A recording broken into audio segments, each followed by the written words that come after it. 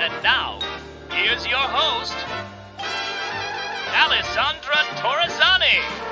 I'm so excited. I am here with Brian Johnson, and I want you to know I have been practicing so hard how to say the title as if it's that difficult to your book.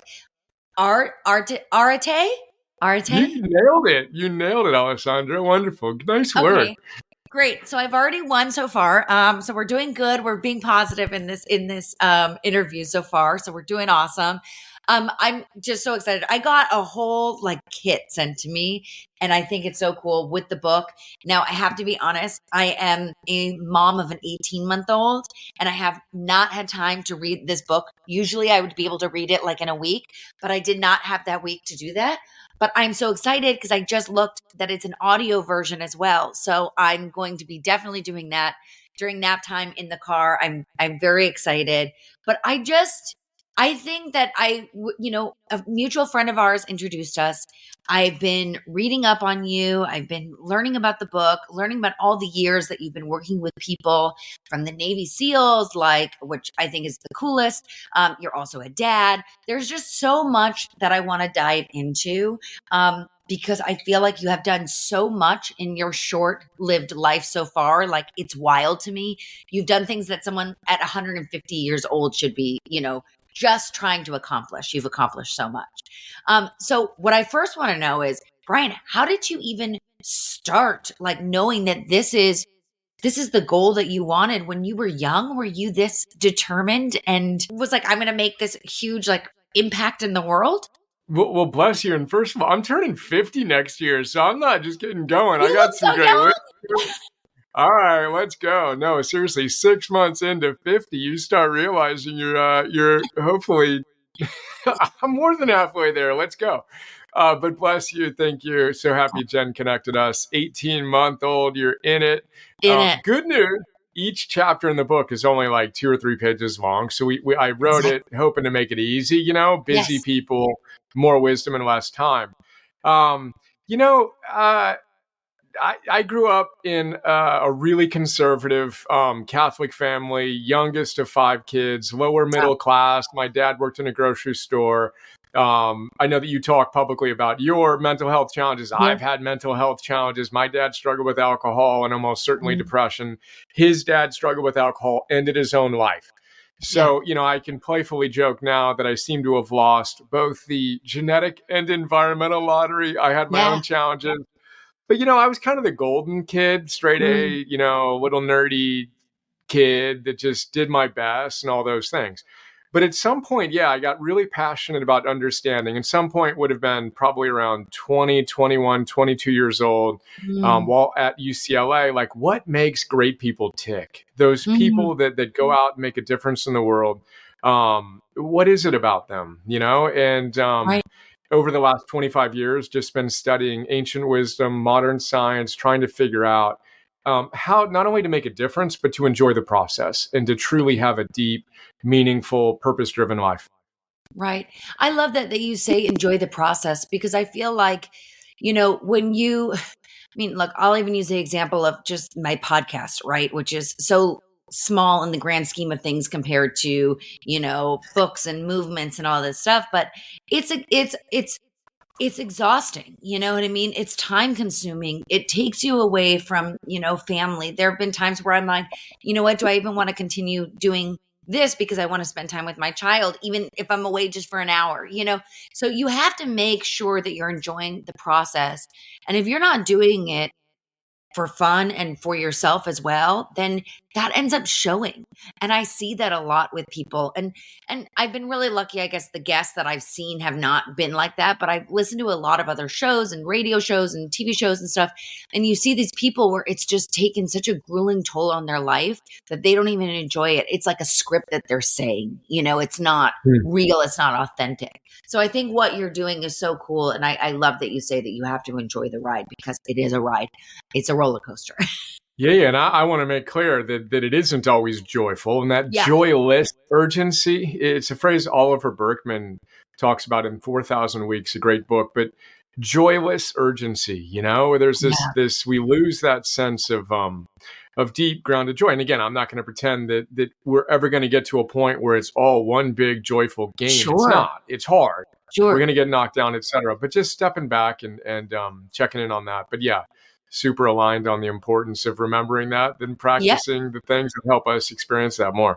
No, it's so true. And you were talking about your dad who, suffered through alcoholism. A lot of people in my family suffer through that. And, I'm a firm believer in sobriety. I'm a firm believer in programs and stuff like that. Was that something that your father was ever able to accomplish? Or for you, you were like, this is something that I choose, that I'm not going to go down this path because I've seen it. Because that's kind of how it was for me. I chose not to go down. Well, two things. One, I kind of figured my dad and his dad and my brother drank enough for all of us. So that was never my thing.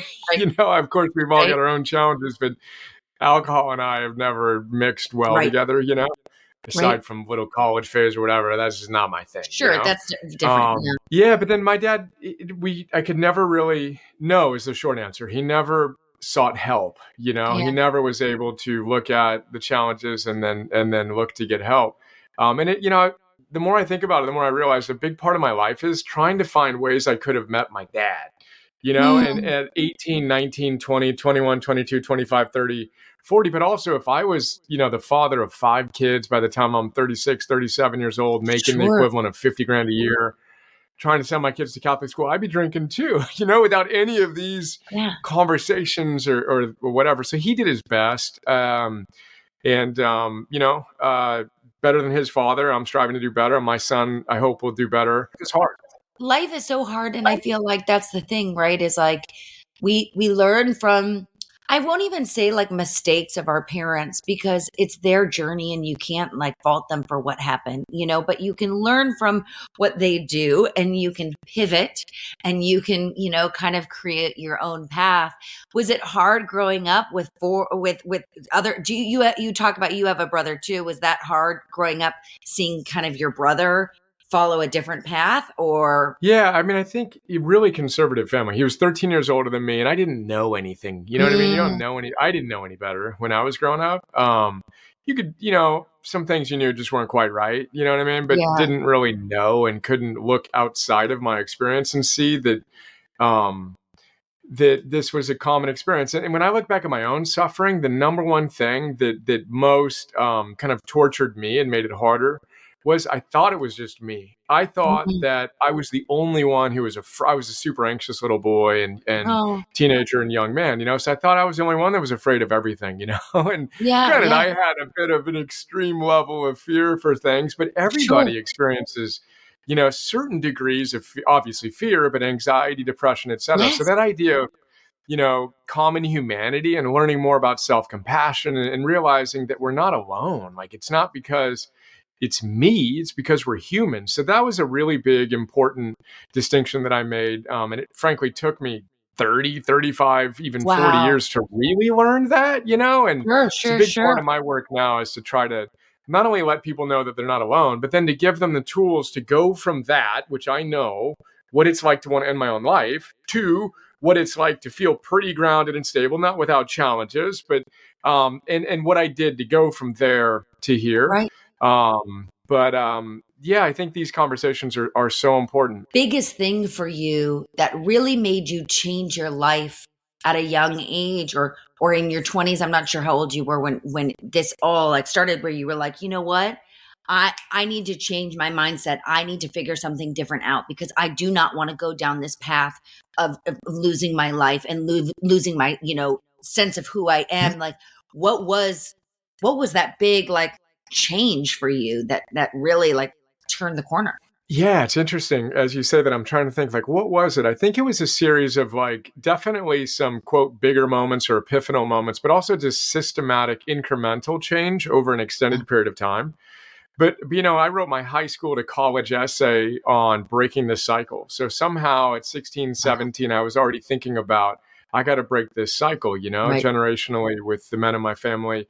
And then in college, is so cool. On a side note, that you did do that, and that you were at such a young age, and not only at a young age, but that you were a dude that really was sensitive and like in tune with your feelings enough to know that you needed to break that cycle and not be afraid to share that. I just want to honor you on that. I think that's so cool. Oh, thank you. I Yeah, it appreciate is. that. I look back at that guy and I'm like, what was 15, 16, 17 years Yeah. old? Bless this guy, you know? Yeah. I remember I can see my little chicken scratch 15-year-old handwriting. I wrote down Shakespeare's, quote, "To thine own self be true, and it Yeah. must follow as the day the night, thou canst not then be false to any man." I wrote that down at like 14 or 15. I'm like, who was that little guy? That's awesome. Like, you know? Yeah. Oh, shoot. Yeah, Oh so I my think, gosh.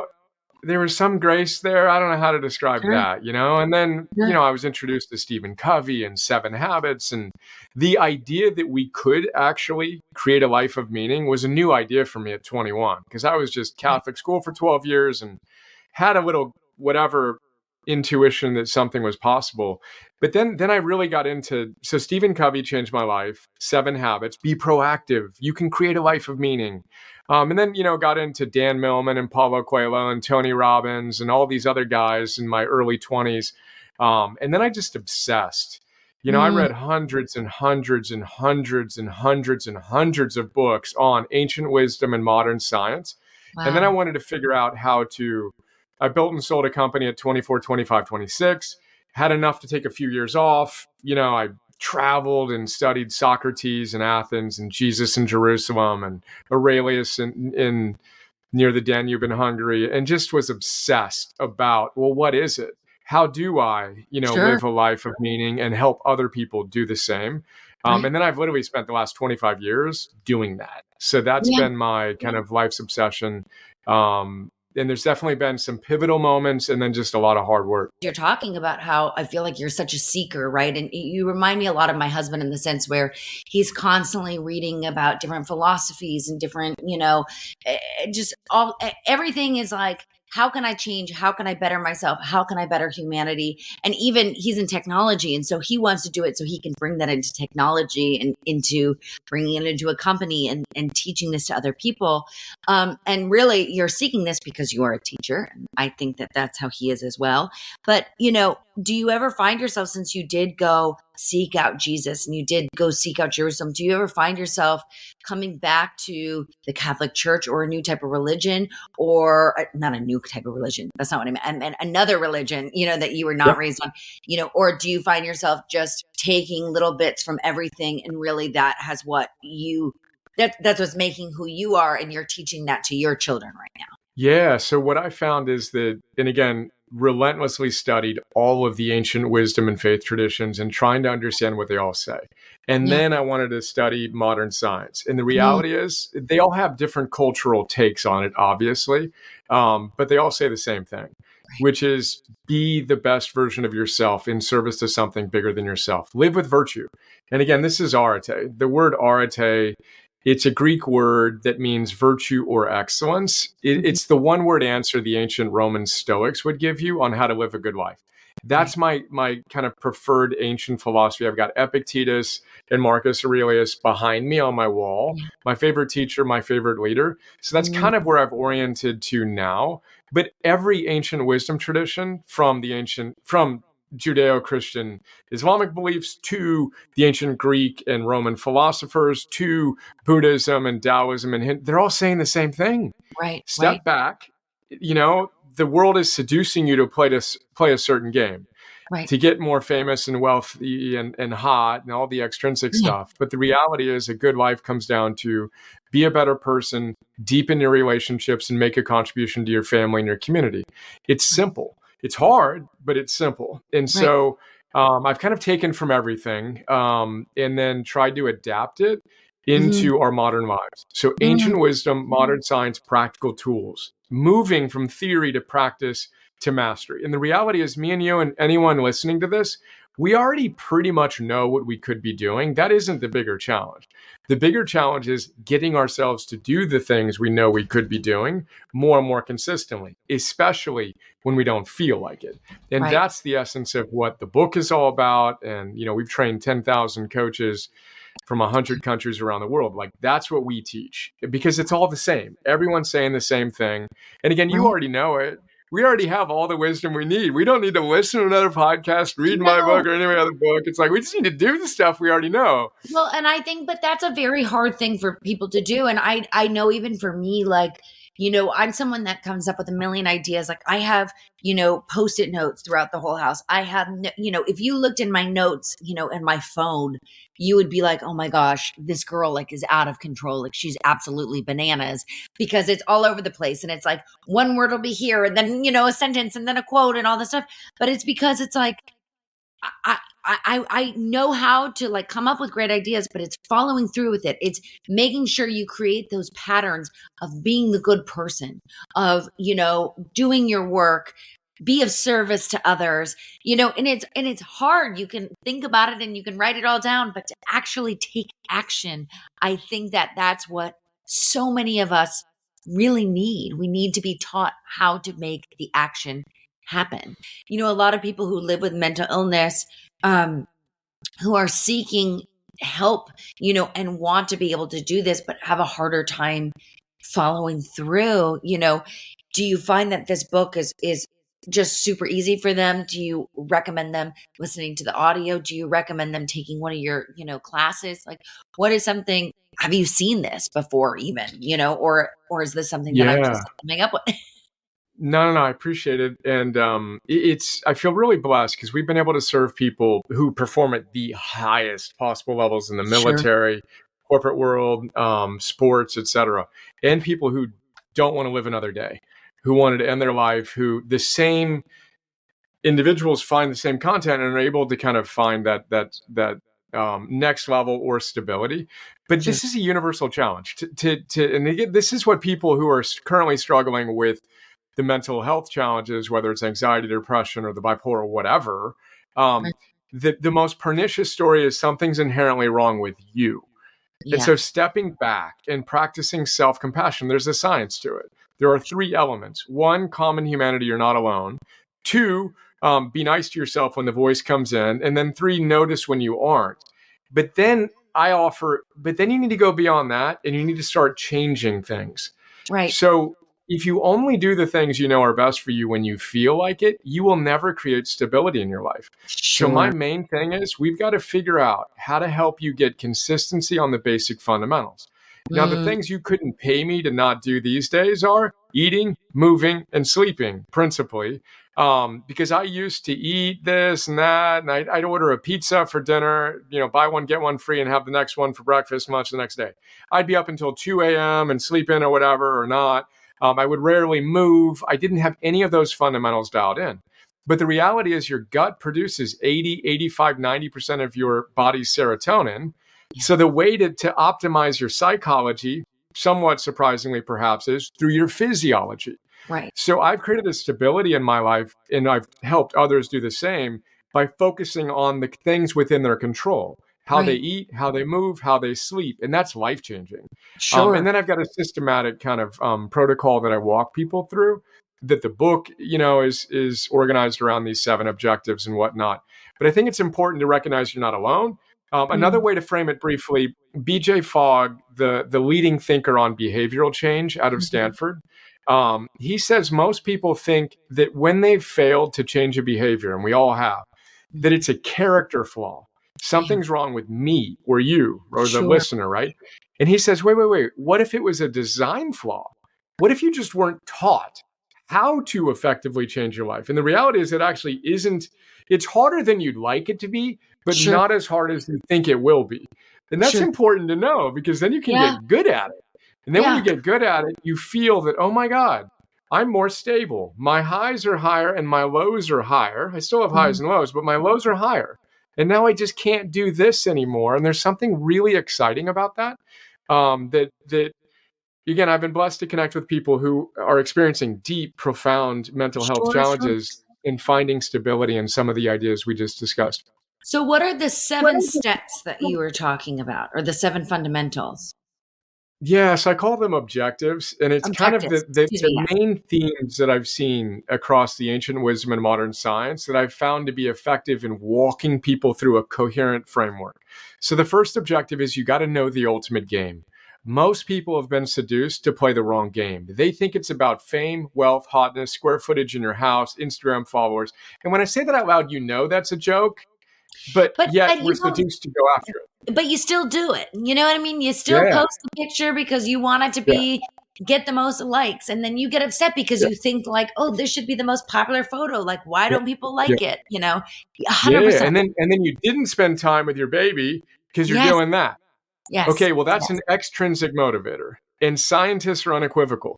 Even if you're successful in the pursuit of the extrinsic fame, wealth, and hotness, you will be, and I quote, less psychologically stable than people who know that the real game is just be a better person, deepen your relationships, and make a contribution to your family, even if no one knows about it.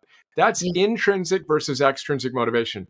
And just stepping back far enough to say, look, if most people in my society are unhealthy, it's probably not a good idea to be like most people, right? So I'm going to step back and play a different game. That's objective one. You got to know the ultimate game. Sure. And then objective two is you got to know that game is hard. Because we've been seduced to play the wrong game. Then we've been seduced to believe it should be easy. And if something goes wrong, it's because you're an idiot.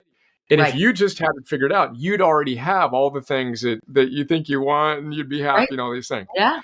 Anyway, objective two is forge anti-fragile confidence. What does that mean? Yeah, so there's three words there. Forge, which we'll hold for a moment, but it requires a level of intensity. It's kind of become cool to be aloof and a bit cynical or even nihilistic in this world.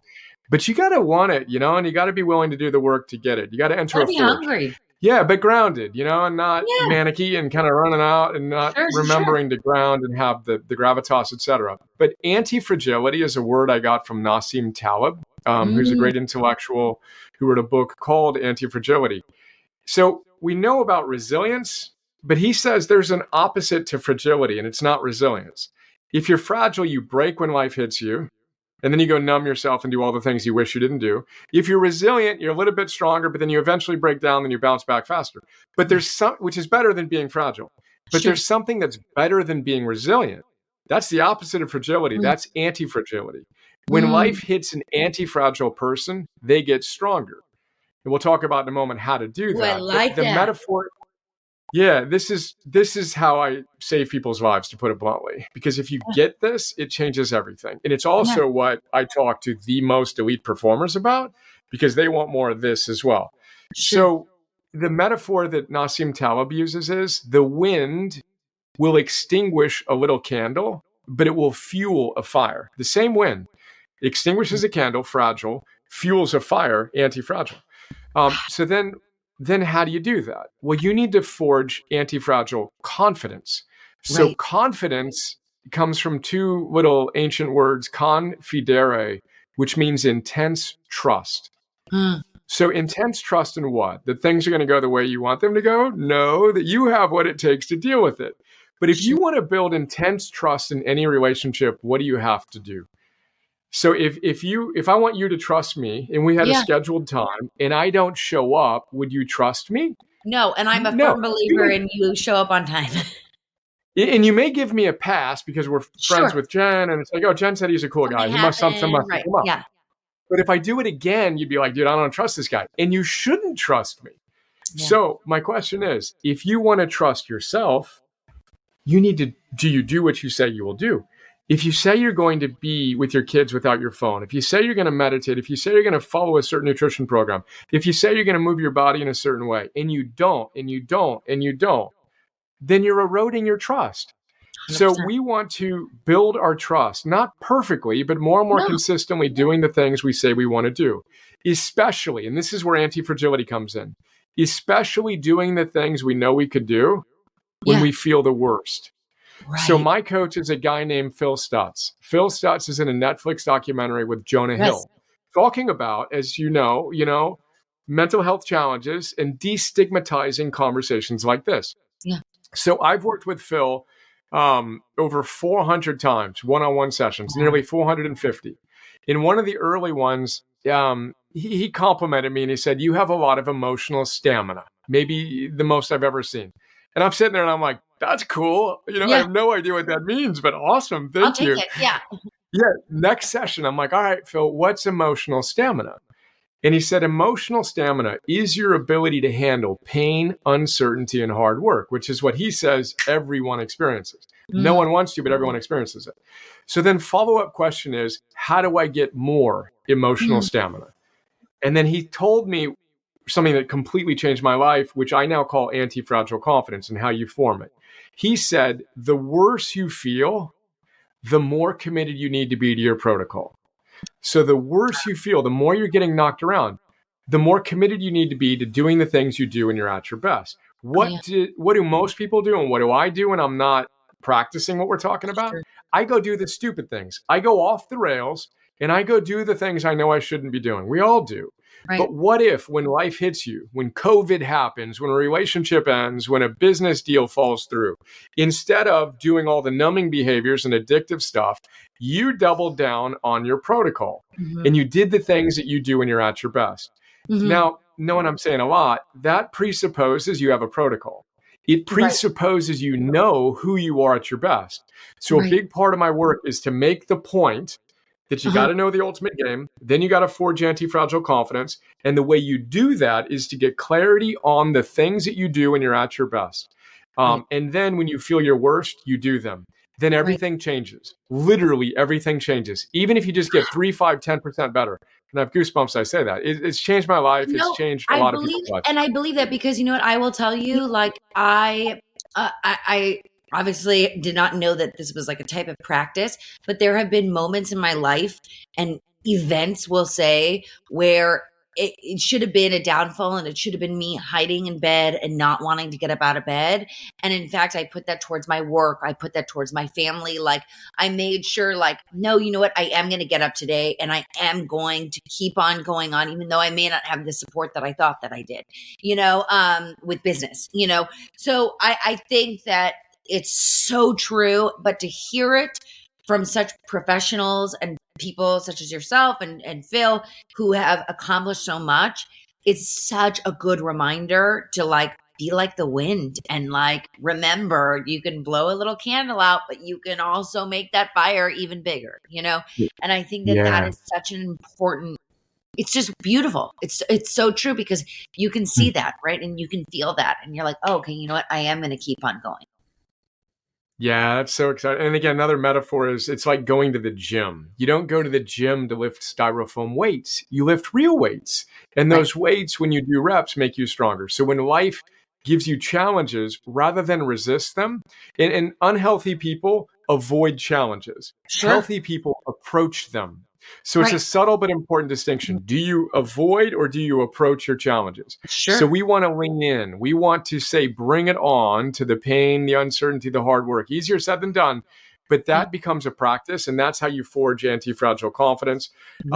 And then just to go back to where we were, objective 3 is, all right, all that's nice and warm and fuzzy, but how do I build a protocol? Right. Well, I simplify a good life into 3 things: energy, work, and love. If you can get your energy up and then focused in your work and your love, you have a good shot at creating a great life. We can talk more about that. But then the 4th objective is today's the day. Make today a masterpiece. Know what a great day would look like. And let's put in those things that you do when you're at your best into your day. And then the 5th objective is to master yourself. And I talk about the art and science of behavioral change. Because there's simple things you can do to install behaviors and delete behaviors. And we want to get really, really good at that. It's the most important thing we can do is cultivate our discipline, our willpower, our self-mastery. And then the 6th objective is to go deeper into the fundamentals. I like to say, if you want to see how tall a building is going to be, look at how deeply they're digging the foundation. You got to do the basic things really well. And these things are eating, moving, sleeping, breathing, and focusing your mind, or what I focus on. Sure. And then when you do that, the 7th objective is you activate what I call your superpower. It's like, I call it soul force, which Gandhi named, Martin Luther King talked about it. But it's a kind of a moral charisma. When you're around people that are living in integrity with their highest values, you can feel it. There's a level of something about them that's powerful. Who are your favorite heroes? One way I like to get clarity on it is that who are your 2 favorite heroes? Oh my gosh. I mean, my favorite heroes, oh my gosh. Well, I would say it's so tacky and cheesy, but I would say my mom. because she was so resilient and did so much as a single mom that I can't even imagine. And as a businesswoman, and it like blows my mind. I mean, if I could get into, God, this is a question no one has ever asked me. And I've never thought about who my heroes are because there are just so many. There are so many. Give me one more. That's far from cheesy, by the way. My God, having your mom and the qualities. So you just described your mom's virtues, by the way. She's resilient and stayed in there and hardworking and loving and took care. I mean, these are the virtues that your mom embodied. Yeah. That you have within you, that you admire in her, that you're committed to bringing out for your kids and for your child and for your family. And we want to remember that, right? But who's the second hero? Just who comes to mind?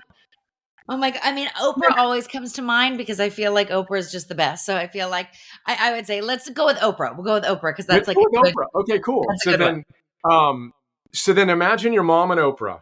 Now your mom and Oprah have a lot of qualities in common, I'm sure, but they're also very different, right? Sure. But the thing they have in common is they have this soul force. They have this energy that you can feel when they're at their best. And I can feel... well, the way I like to frame it up is, all right, so you got your two heroes, your mom and Oprah, and then we've got you. And I want you to think of your best, most heroic self, project forward like 2, 3, 4, 5 years, because you at your best basically is an integration of your mom and Oprah. You're out changing the world, making a difference. Take that. Goosebumps. No, but this is, I would offer who you are called to be. So Abraham Maslow says, what one can be, one must be. So this impulse to become your best self is at a certain stage of our development. He came up with the hierarchy of needs. Yeah. At a certain stage of your development, it's a need as real as your need to breathe, to self-actualize. 100%. So using this process to get clarity on who we aspire to be, and then committing to be that version of ourselves today. Yeah. And then when we're in doubt, and in any moment in our lives, we can think of our heroes, think of that wisdom, and then be the best version of ourselves. That's what it means to live with Arte, where you close the gap between who you could be and who you're actually being. And I should say it out loud in this context, but Arte, again, means virtue or excellence, but it means something closer to being your best self, moment to moment to moment. So if in any given moment you could be this version of yourself, and I'm drawing that line in my eyes, and you're actually being this, and there's a gap between who you could have been and who you're actually being, it's in that gap in which regret, anxiety, disillusionment, depression exists. When you close the gap in any given moment, there's no room for that negative stuff. Now, of course, it's more nuanced than that. But in the moment, how do you feel? You feel great. You feel a sense of, I'm doing, even if it's hard. Yeah. So all we want to do, we're never going to be perfect at closing the gap. And I have goosebumps again. But if we get even 1, 3, 5, 10, 20% better, we completely change our lives. And that's what it means to live with Arte, to be your best, most, I would say, heroic self. But those are the 7 objectives. You got to know the ultimate game, forge anti-fragile confidence, get your energy, work, and love right, make today a masterpiece as you master yourself, dominate those fundamentals. And as you do that, you activate your superpower and you fundamentally and permanently change your life. And you show up as the hero we need in order to meet these historically significant challenges, which is a big part of my life's work as well. Sure. Oh my God. Now you're going to have me now thinking like, who really is a hero to me? And like, what do because, you have idols and you have people that you honor. And I'm like, oh, I like what this person does in this sense. I like what they do in this sense. But really to sit down and think about, okay, who do I put up here and who can I meet at that level? You know what I mean? And make sure, because I'm telling you, even just thinking about it of like, oh my God, like I could be at the same level as Oprah or something. You know what I mean? Like even just thinking like I could even get a percentage like that is so exciting and it's invigorating and it makes me like want to really start the day. Like it's fantastic. So I can see how so many people's lives are transformed by taking those little steps, just a few steps. That's all they need to take. Yeah, and then looking at again, it's the qualities within our heroes that we have latent within us. Like my 2 favorite heroes are Epictetus and Marcus Aurelius, my favorite teacher and my favorite leader. And I aspire to be, a bit of a philosopher and a bit of a CEO, and integrating those qualities.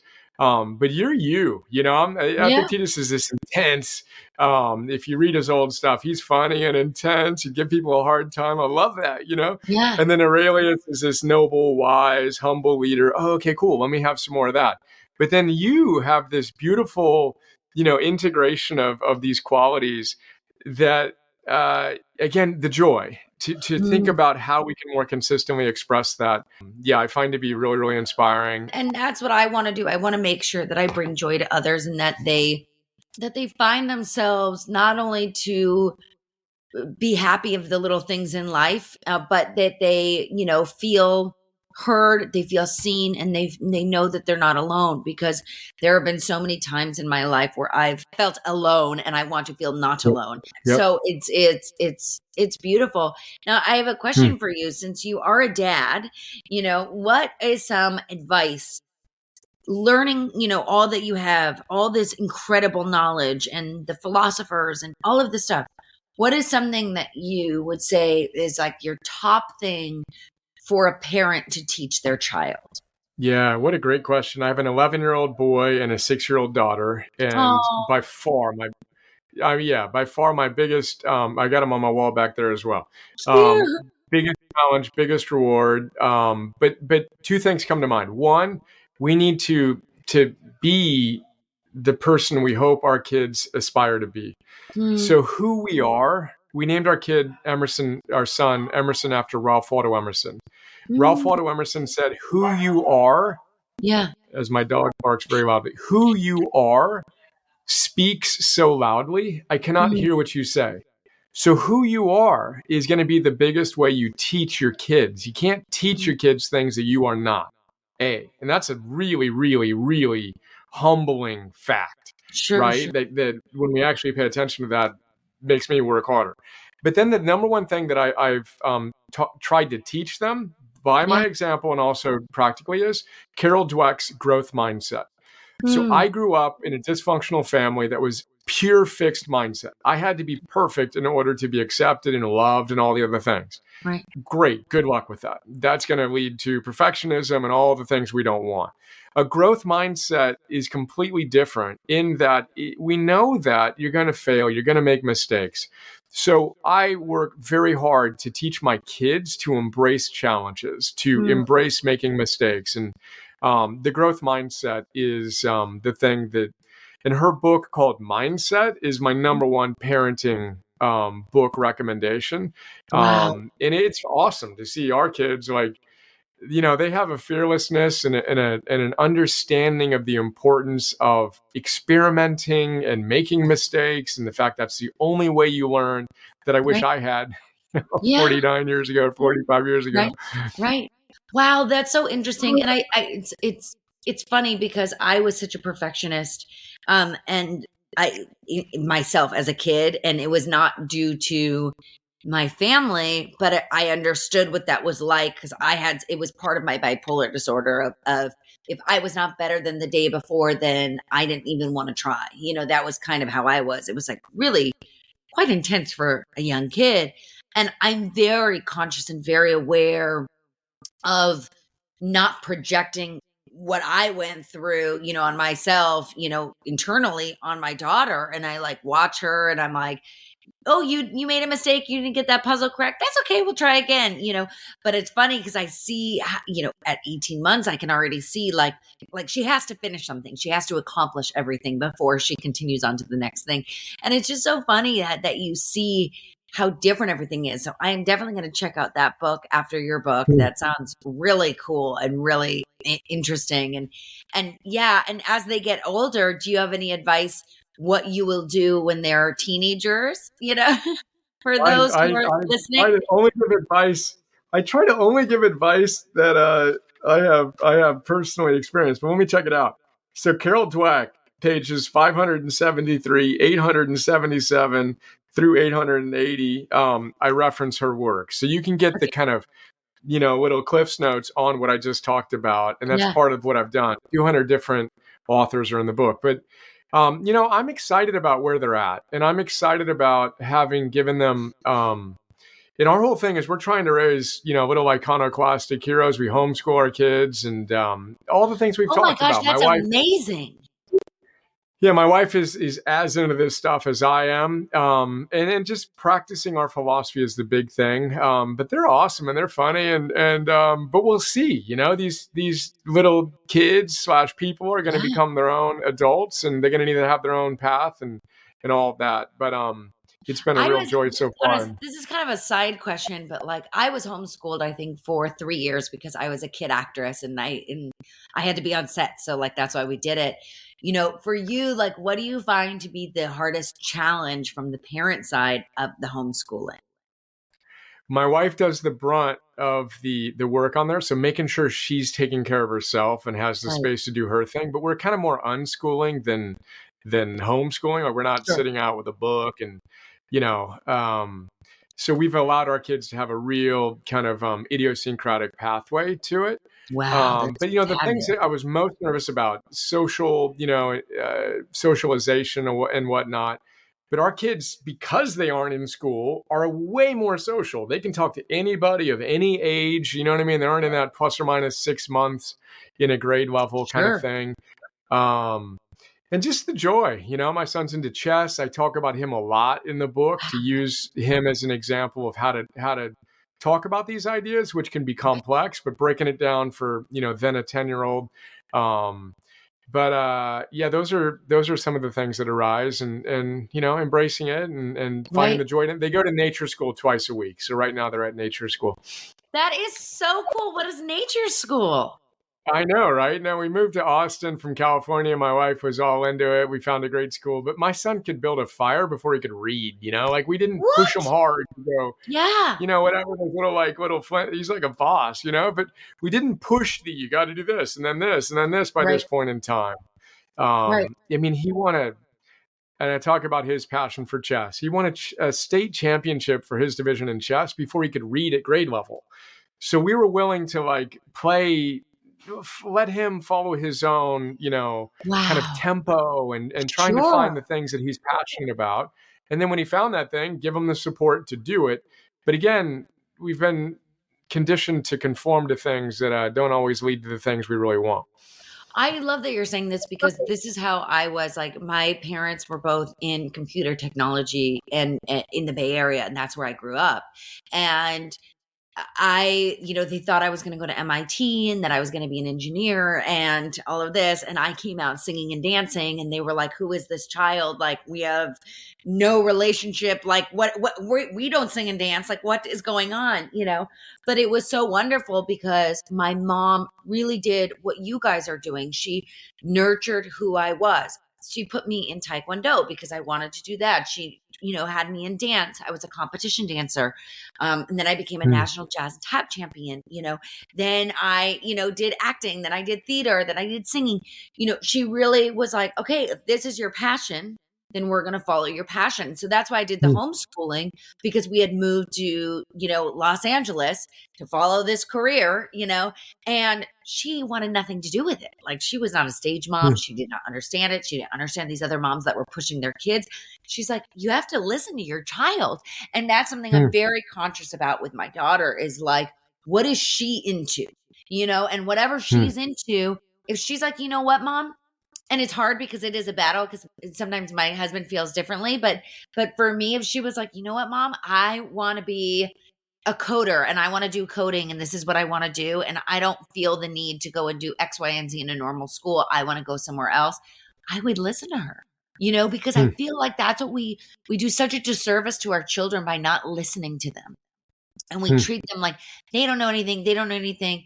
And I heard some advice that I don't even know where someone told me, but they were like, just remember how you felt as a child when someone didn't listen to you, when someone didn't take you seriously, whether it was your family, whether it was you were in school, whether, whoever it was, strangers.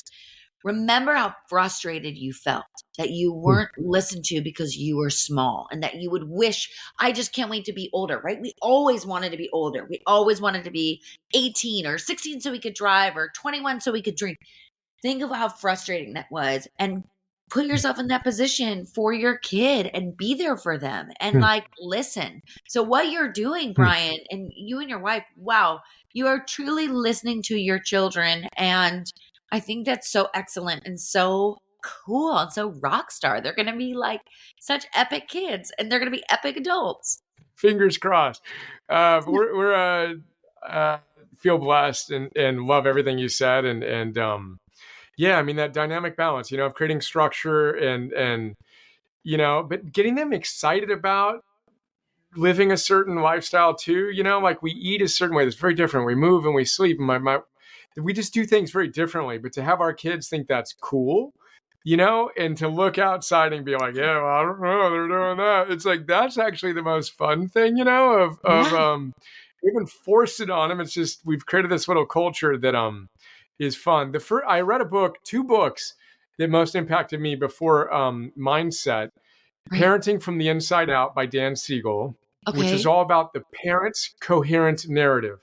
And Uh, that will lead to the healthy or less than healthy attachment to the parental figure. So making sense of your life story essentially is really important for your kids. Again, sounds obvious when I say it out loud, but it's really important. sure. And then another one called Hold On to Your Kids, Mm, in which they talk about the fact that it's really important that parents remain their kids' North Star. It was written like 15 years ago. And especially these days, you do not want your kids' peers to be their North Star. no, So that really struck a chord for my wife and I, and we've been committed to creating the space and spending the time with them such that we are their primary kind of source of culture, if you will, which again, longer chat, but that's been a powerful part of, creating these little heroes in training. sure. No, I think that that's so special and so unique and so refreshing to hear. And it's not, I was someone that, didn't follow the norm of society. I feel like how I was raised. And there were a lot of judgment from teachers, that were in schools and a lot of judgment from other parents. And I'm like, I think I turned out pretty fucking awesome. I'm gonna say, like I think I'm pretty strong-willed. I have dealt with the challenge of living with a mental illness. I've taken that. I'm trying to do some good in the world with it. And I know I'm here to be a voice for the voiceless, and I'm going to continue doing that, and I'm going to continue that. You're the living embodiment of both a hero and an anti-fragile hero. So a hero goes on a quest, they get a guide, they get buddies, they fight dragons, they win or Yeah. learn, they get some scars, then they come back transformed and they give Mm, their gift to the world. So your gift is the experiences that you've had in helping others who are on their sure. own heroic quest. That's a beautiful thing. And then again, you took your biggest challenges and made it your biggest gift. That's Yeah. the definition of anti-fragility. That's such a beautiful thing and demonstration Um, that I just want to celebrate because I think that's, if I dropped F-bombs, pretty cool as yeah. well. So We'll keep I'm we'll Mr. keep it Rogers very in public. I got him up G-rated. there as well. Yeah. Right. Yeah, Oh exactly. my God. So good. Well, just to close out, what would be one final thing that you would say to someone who is listening? Maybe is like, I don't know if I want to, go through the whole book and go through the whole challenge. What's maybe one simple thing that they can do to kind of shift the mindset of, what, I am going to make this next step of change? Yeah. Yeah. Great question. So then we talked about protocol. We talked about forging anti-fragile confidence by doing the things you know are best for you and you least feel like it. So the Mm, practical way to get clarity on that, and the number one thing I'd encourage people to consider is, who are you at your best? And here's the yeah. exercise. Take out a piece of paper, draw a line down the middle, and then on the upper left, put do, and on the upper right, put don't. Mm, And then think about the things you do when you're at your best. Look back in the past when you're at your best for a day, a week, a month, maybe even a year or a decade. What did you do? And then what did you not do? And then mm, think about the one thing that you know you could be doing that you're mm, not currently doing, that if you started doing, it would most change your life. And then do the same thing on the don't. What's mm. one thing you know you could stop doing that if you stop doing it would most transform your life? And know that that's actually the fastest way to change your life is to stop doing the things that are your kryptonites, is how I like to describe it. But Right. again, all good. We've all got it. No shame. but do bring that healthy level of, you know what, it's time. It's time for me to change this behavior, and then bring joy to it, have fun with it. And, to the extent, this is the book. That's what I've tried to do. And very, very simple, um, you know, chapters to help you move from theory to practice to mastery. So to the extent any of these ideas resonated, you might find the book interesting, but that's the most practical tool that I know. The number one start, number one stop. I come back to that all the time. Oh, I love that. Well, Brian, I'm going to ask you my final question. I ask everyone, what is your emotional support? What is my emotional support? Great question. Things that I do for myself. So my top things that I do when I'm on that you couldn't pay me not to do. I'm in bed for 9 to 10 hours. Sleep is my number one. It's my superpower. I love getting 8 hours of sleep plus a night, and I prioritize that. Yeah. So that's how I give myself emotional support: eating, moving, sleeping, all the things we discussed. And then my wife would be the primary kind of human being. And then Phil, my coach. I think having a dynamic with someone you really respect, who's believable and capable in helping you make important distinctions, is great. And some really dear friends who also are committed to living these ideas, inspire me and push me and show me what it looks like to be, in my case, a good man, a good husband, and a good father. So those are some of the now many things that give me emotional support. Conversations like this do it for me. I got a full treasure trove. Yeah, I mean, I think conversations like this are so exciting too, because I'll leave this conversation and have such a different mindset, and that's why I'm so grateful to have such wonderful people like you on the show, and I know everyone listening is so excited. So, Brian, how can everyone find you? Yeah, so the book, Arete, Arete, you can find that wherever you get books. And then Heroic is the app. So the business I run, I have 2 tattoos, Arete and Heroic. But Heroic is an app through which we help you move from theory to practice. Wow. You can find Heroic in your iOS or Android app stores. We're Heroic, the training platform. But heroic.us is the website for that, /book. If you want to get some free, sample chapters. Phil Stutz wrote the forward to the book. So cool. But anyway, that's kind of the, best way to find it. We'll have everything in the show notes so everyone can just click and find it. Brian, thank you so much for taking your time coming on here, teaching me so much, teaching the emotional support audience so much. We just are so grateful. So thank you.